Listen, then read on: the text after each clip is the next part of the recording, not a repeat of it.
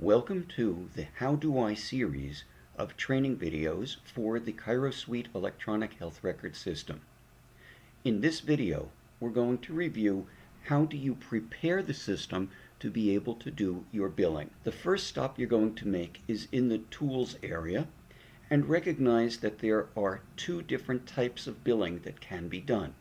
There is insurance, which goes through Insurance Manager, and there are patient statements for mailing both monthly bills and late notices.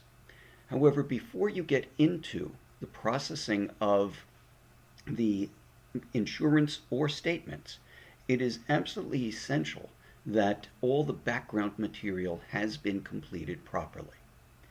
The first stop then is going to be in the catalogs. In the account types catalog, you need to be sure that all of the account types that work for your practice have been set up. In the diagnosis catalog, you need to be sure that all the diagnoses that you use in your practice, this is the new ICD-10 ones as well as the older ICD-9s, are already in the system. The insurance carriers that you are going to submit claims to must also be in the insurance carrier catalog, and each one needs to be set up as fully and completely as possible. In the procedures catalog, this is where you will identify all the products and services that your practice provides to the patients. If the item that you need is not in the procedure catalog, you should add it in so that you will be able to create the bills appropriately. And finally, there is the providers catalog.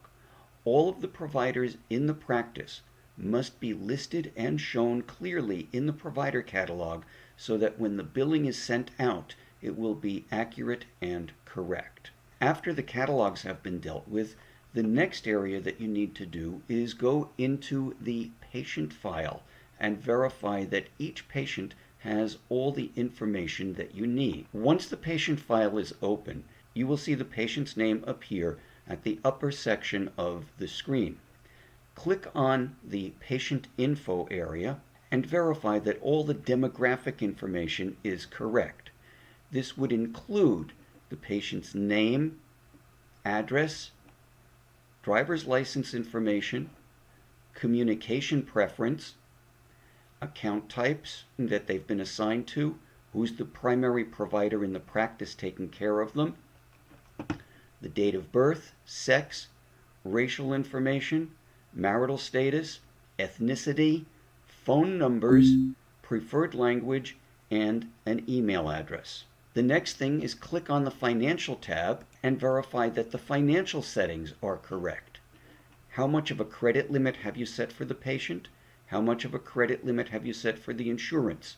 When either of these is exceeded, it means that there will be a flashing red notice on the transaction window. If you give discounts to the patient, then you can be sure that you have them set up correctly, either as a percentage or a specific dollar amount, and you can identify which types of transactions do these discounts apply to. Is it both, or is it only the patient or only the insurance carrier? Depending upon the state that you are located in, it may be illegal to give a discount to one and not the other. So be sure that you are familiar with your state laws. Also, in some states, it may be completely illegal to give any kind of a discount.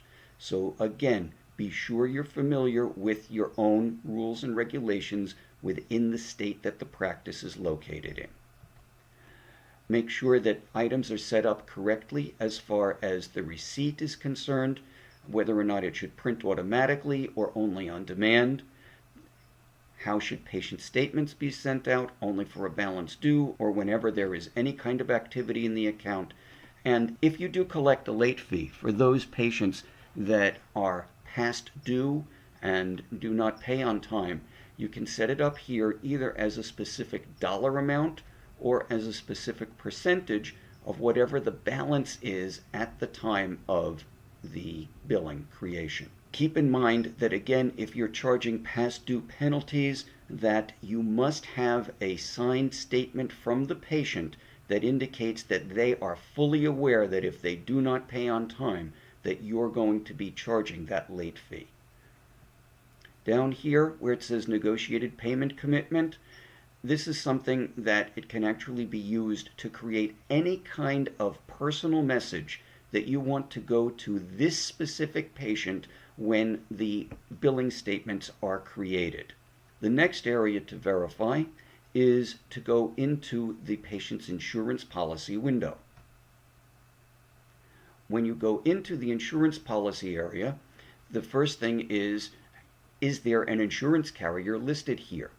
If it's blank, then you need to click on the new icon and add that carrier into the patient's system. You need to be sure that all the information is filled out as it should be.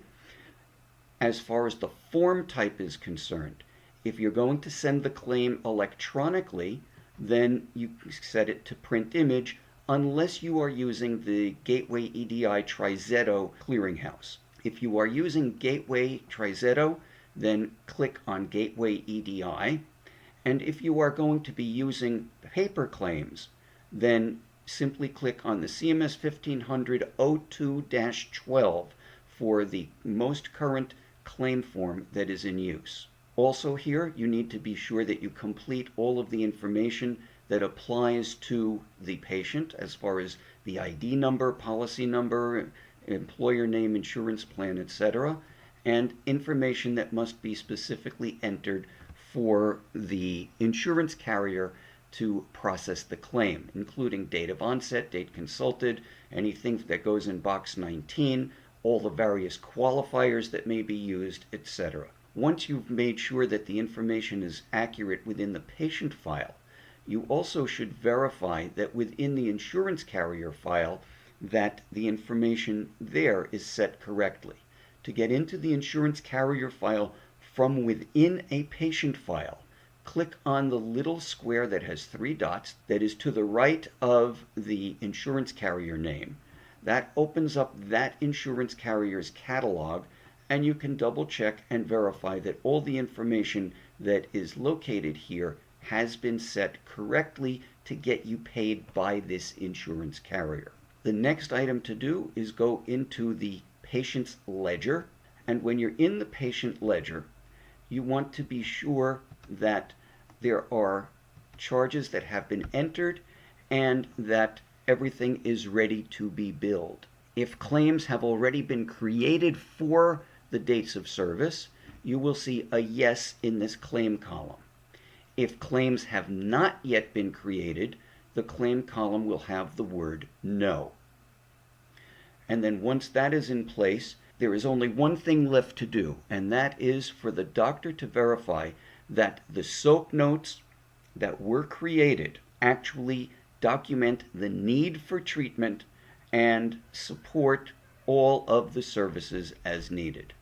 Once that is done, you are ready to proceed with the billing that you are going to do.